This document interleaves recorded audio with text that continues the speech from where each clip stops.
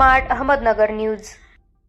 Jeff foundation Pune Maharashtra राज्याच्या पुणे जिल्हा सचिवपदी संजय भाऊ खंडारे यांची निवड 15/3/2025 रोजी जेफ फाउंडेशन पुणे महाराष्ट्र राज्य या संस्थेच्या पुणे जिल्हा सचिवपदी संजय खंडारे व अकोला जिल्हा सचिव सुनील वनारे यांची नियुक्ती कार्यकारी मंडळाच्या आदेशाने व संस्थापक अध्यक्ष कांताभाऊ राठोड यांच्या मार्गदर्शनाखाली करण्यात आली।